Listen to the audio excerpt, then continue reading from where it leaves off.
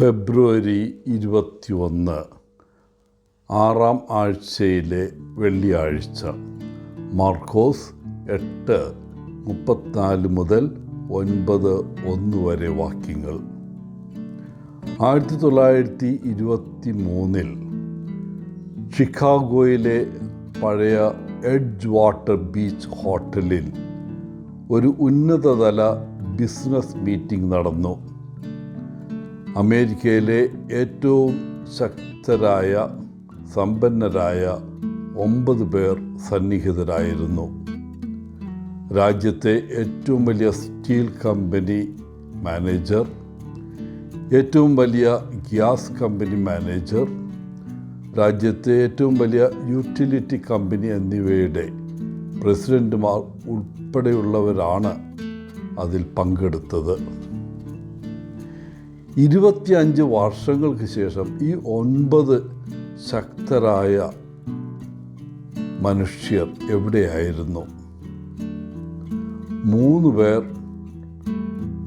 പണമെല്ലാം നഷ്ടപ്പെട്ട് പാപ്പരായി മരിച്ചു. 3 പേര് ആത്മഹത്യ ചെയ്തു. 2 പേര് ജയിലിലായി. ഒരാൾ മാനസിക രോഗിയായി, ഭ്രാന്തനായി. ഈ മനുഷ്യരുടെ വിധി ഇന്നത്തെ വായനയിലെ യേശുവിൻ്റെ ആശയം വ്യക്തമാക്കുന്നു. ഒരു വ്യക്തി ലോകം മുഴുവൻ നേടിയാലും തൻ്റെ ആത്മാവ് നഷ്ടപ്പെട്ടാൽ അവന് എന്തെങ്കിലും പ്രയോജനമുണ്ടോ? ഇന്നത്തെ സുവിശേഷത്തിലെ യേശു ജനക്കൂട്ടത്തോടും ശിഷ്യന്മാരോടും പറയുന്നു, എന്നെ അനുഗമിക്കാൻ ആഗ്രഹിക്കുന്ന ഏതൊരാളും സ്വയം ത്യജിക്കുകയും കുരിശെടുക്കുകയും എൻ്റെ കാൽച്ചുവടുകൾ പിന്തുടരുകയും വേണം.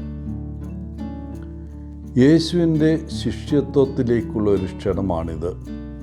അതായത് യേശുവിൻ്റെ യഥാർത്ഥ അനുയായി ആകാൻ വേണ്ട ചില നടപടികൾ. ആദ്യത്തെ ആവശ്യകത യേശുവിനെ പിന്തുടരാൻ ആഗ്രഹിക്കുക എന്നതാണ്. ആരും നിങ്ങളെ നിർബന്ധിക്കില്ല. അവനെ അനുഗമിക്കാനുള്ള ആഗ്രഹം നിങ്ങൾക്കുണ്ടായിരിക്കണം. പരിശുദ്ധാത്മാവിൻ്റെ സഹായത്തോടെ ആ ആഗ്രഹം ശക്തമായിരിക്കണം. ശിഷ്യത്വത്തിൻ്റെ രണ്ടാമത്തെ ആവശ്യകത സ്വയം നിഷേധിക്കുക എന്നതാണ്.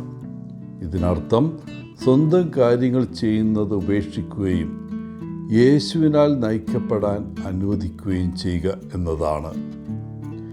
ദൈവത്തെ സേവിക്കുന്നതിൽ ശ്രദ്ധ കേന്ദ്രീകരിക്കുന്നതിന് ചില സന്തോഷകരമായ പ്രവർത്തനങ്ങൾ നാം ഉപേക്ഷിക്കേണ്ടതായും വരും.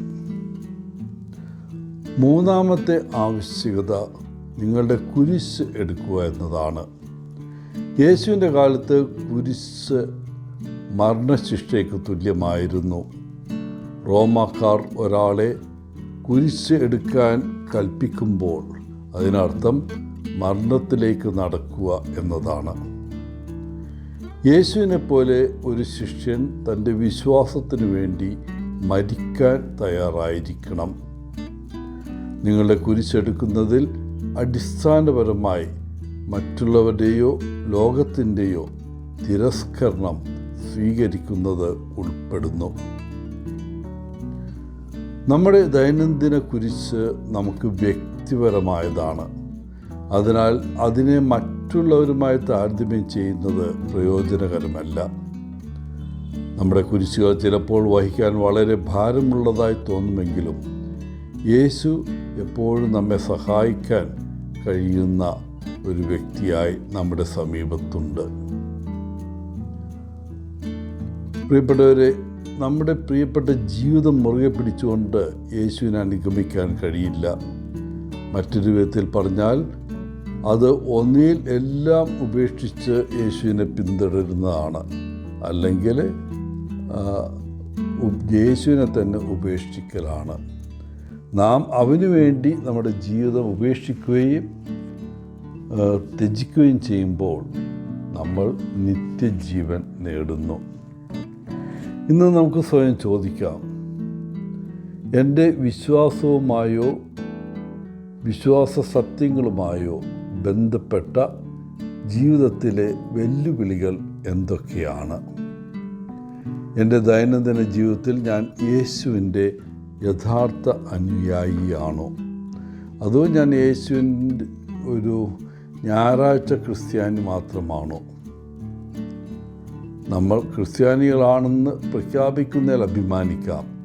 എന്നിരുന്നാലും നമ്മുടെ ദൈനംദിന ജീവിതം എങ്ങനെ ആയിരിക്കുന്നു എന്നതാണ് ക്രിസ്തു വിശ്വാസത്തിൻ്റെ യഥാർത്ഥ ടെസ്റ്റ്. എല്ലാവർക്കും നല്ലൊരു ദിനം ആശംസിച്ചുകൊണ്ട് ഒത്തിരി സ്നേഹത്തോടെ പോളച്ചൻ CSSR ഫ്രം കേരള.